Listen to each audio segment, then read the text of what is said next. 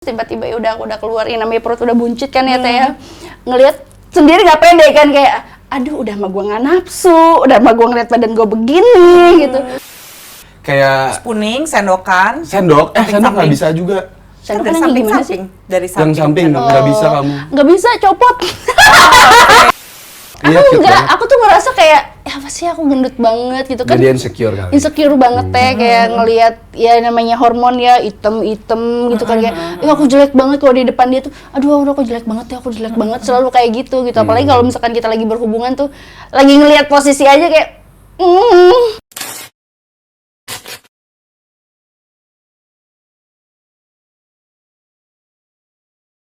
Jadi ya udah ya udahlah sayang, kita hitung-hitung kita jadi kayak bulan pertama lagi nih pengantin baru, kita booking lah, dia nyari hotel lah segala macam. Ya Allah rasanya teh. Kenapa? Packing kita kan, aku deg-degan, aku sampai bilang sama anak-anak, aduh gue deg-degan deh. Serius? Sedeg-degan itu kayak Takut apa sih? Tapi takut sakit. Takut sakit. Oke. aku takut sakit. Emang waktu pertama kali hubungan seks sakit? Aduh lupa ya kapan gitu. Ya gitulah teh, takut sakit. Terus pas kita udah nyampe hotel tuh aku deg-degannya luar biasa. Dia udah, hey sayang. Hey sayang. Udah nungguin soalnya 4 bulan lumayan ya. 4 bulan lumayan, aku sikat gigi, aku bersih-bersih, itu aku lama-lamain. Oke. Terus gimana nungguinnya, Chris? Jangan gua aja biarin aja tetap ditungguin sampai juga ditungguin. Mau sampai berapa jam? Berapa jam juga dengar biasa juga masih di sini. Ayo let's go. Iya, aku lama-lamain terus tiba-tiba ya udah aku udah keluar, ya namanya perut udah buncit kan ya teh ya. Ngelihat sendiri gak pede kan, kayak aduh udah mah gue nggak nafsu, udah mah gue ngeliat badan gue begini gitu. Udah akhirnya udah jalan, udah gitu. Gimana sayang aku? Semuanya salah tingkah. Gua salah tingkah, salah posisi. Semuanya salah posisi. Posisi salah semua gitu, Oke. kayak serba salah. Harus gimana nih sebenarnya. Jadi sampai kita lihat Google dulu posisi kalau misalnya lagi hamil tuh gimana yang bener. Kita cari-cari dulu gimana, karena kita nggak tau kan. Bukan makanya masalah enak apa enggaknya berarti ya sebenarnya. kita nyari lebih ke keamanannya. Amannya, kan? Iya. Karena kita Iya sih. nunggunya juga kan nggak sebentar Iya, buat dapat benar. anak. Lama lumayan. Wow, terus akhirnya jadi keputusannya tuh gimana? Pakai gaya apa jadinya? Gaya-gaya normal aja. Normal aja, Ternyata tapi nggak- kalau hamil tuh cuman boleh dua gaya ya. Kayak Spooning, sendokan. sendok nggak samping. bisa juga. Sendok Dari kan yang gimana sih? Dari Yang samping nggak bisa kamu. Nggak bisa, copot. Nggak bisa dia aja nggak bisa nungging. Nggak bisa nunggu. Jadi dia aja kayak Oh, dalam posisi tidur gitu, misalnya kamu nih tidur nih ya, gini, ini kamu gitu ya. Terus kamu kan ngadep ke sana gitu ya. Terus di belakang dipeluk gitu ya, terus dipenetrasi tetap nggak bisa juga. Itu sendokan yang benar kan begitu tiduran. Susah. nggak bisa dia. Nggak bisa ya. Dia nggak bisa. Jadi kalau misalnya harusnya kan agak nungging mengkurut sedikit. gitu kan. Nah dia tuh sedikit. bener-bener kayak gedebong pisang, diem berdiri gitu, kayak berdiri terus miring ya. Nggak bisa. Caranya gimana? Oke. Iya, jadi kita ya woman on Beda, top heeh. sama doggy style yang paling bisa. Berdiri bisa. Berdiri ya? Sama-sama Doggy berdiri. style-nya itu sambil jongkok berarti ya, bukan sambil di pinggir ini kan, takutnya Bukan perutnya ketekan kan, gitu. dia. Aku gini, apa namanya? Bukan nungging. Nungging di kasur Sujud. gitu. Oh gitu, pakai bantal? Pakai. Iya. Biar aman ya kan. Terus dia gitu, woman on top masih kuat. Masih. Masih sih. Oke. Karena itu yang paling aman katanya daripada yang lain.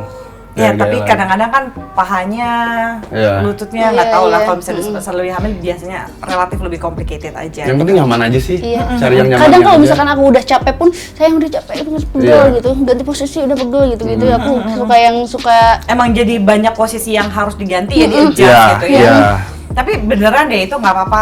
Jadi gini ya Mama Dad, kenapa sih mesti dibahas posisi kehamilan? Karena yang mereka alami itu seperti ini. Ini mereka bagus gitu bisa didiskusiin. Tapi ada banyak banget pasangan berantem justru pada saat hubungan seks pas lagi mau ini ya, pada saat lagi hamilnya gitu. Dan itu banyak banget berakhir di meja konseling, di kursi konseling saya tentunya gitu. Jadi karena ya kayak gini, dulunya dia semangat. Ya sebenarnya Siti juga nggak berharap bisa. Kok kok bisa sampai segini amat, nggak tahu, nggak ada yang merencanain gitu. Jadi kalau dulu hasrat seksnya tinggi gitu ya, itu bisa berkurang karena apa? Misalnya karena morning sickness, mual-mualnya gitu ya, hormonnya naik turun, ketakutan, itu juga bisa mempengaruhi. Walaupun memang ada banyak penelitian yang mengatakan beberapa kali hormon perempuan tuh relatif lebih tinggi, jadi lebih bergairah gitu.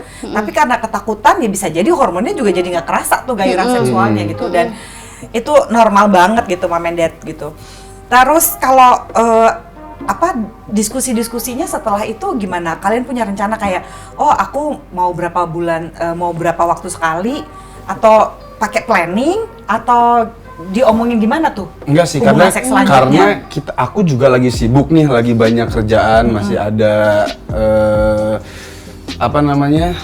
syuting, masih ada reading, jadi kayak momentumnya nggak terlalu sering untuk berduaan sering.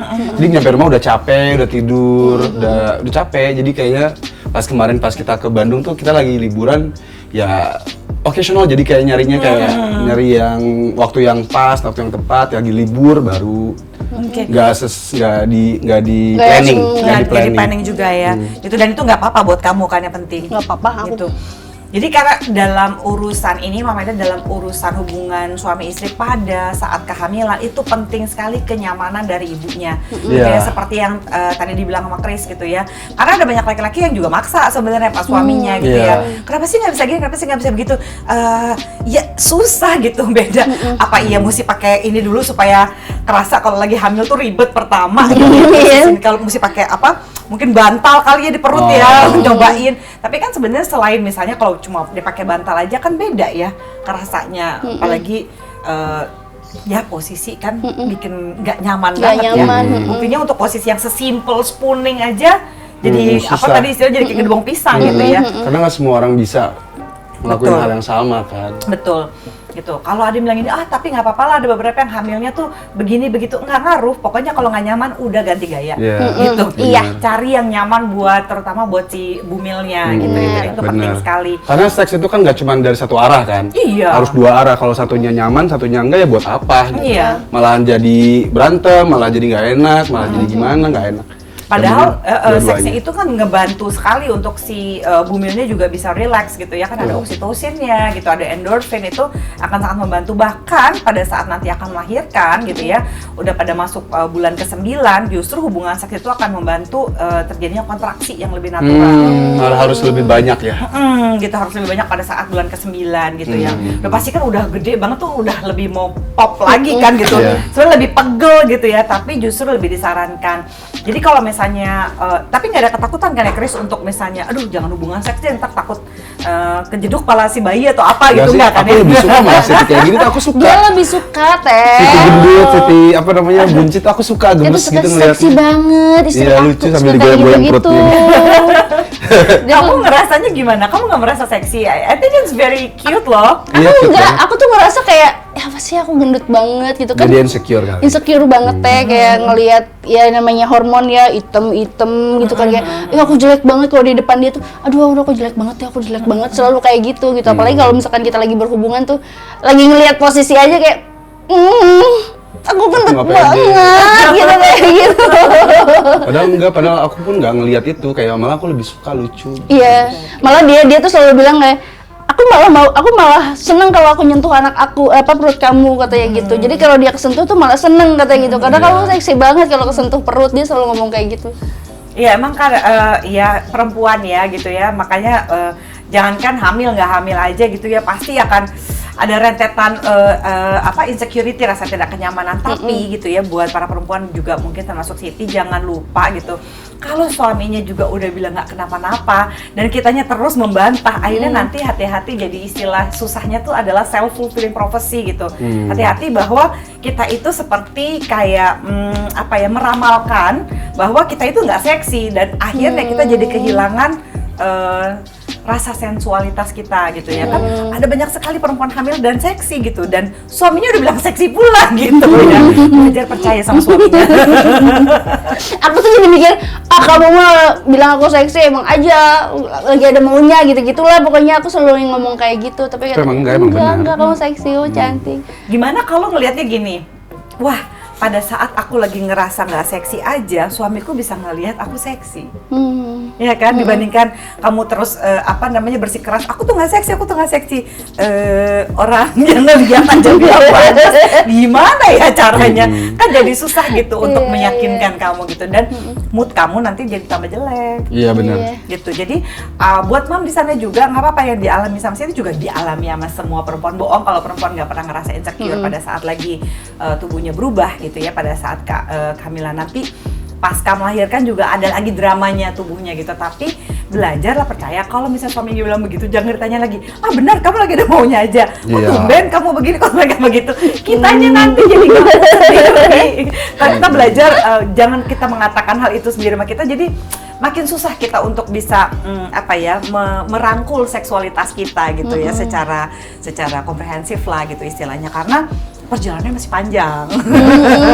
Iya kan? Iya. Gitu, kalau nanti perjuangan terbesarnya kayak misalnya kalian udah cukup omongin nggak?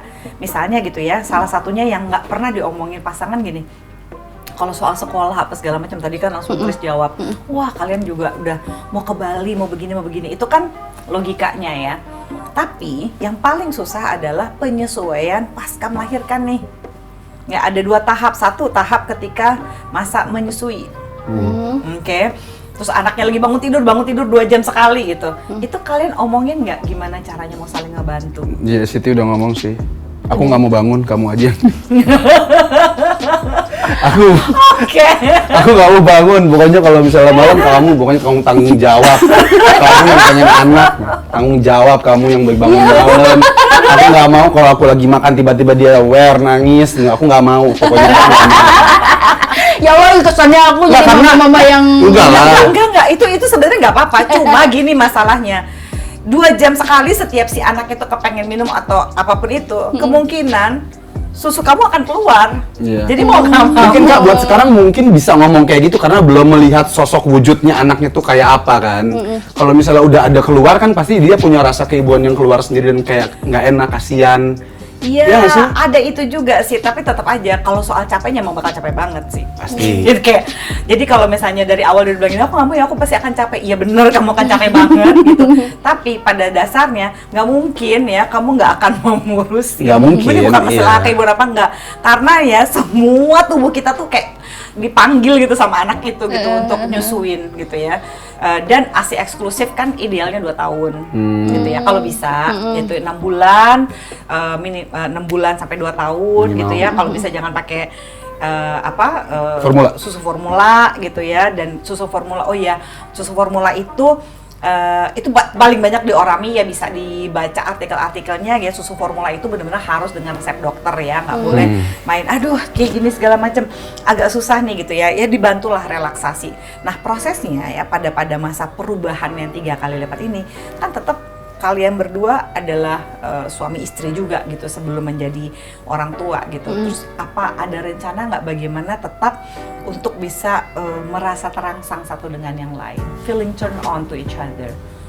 Kalau aku sih mau gimana pun juga aku selalu turn on.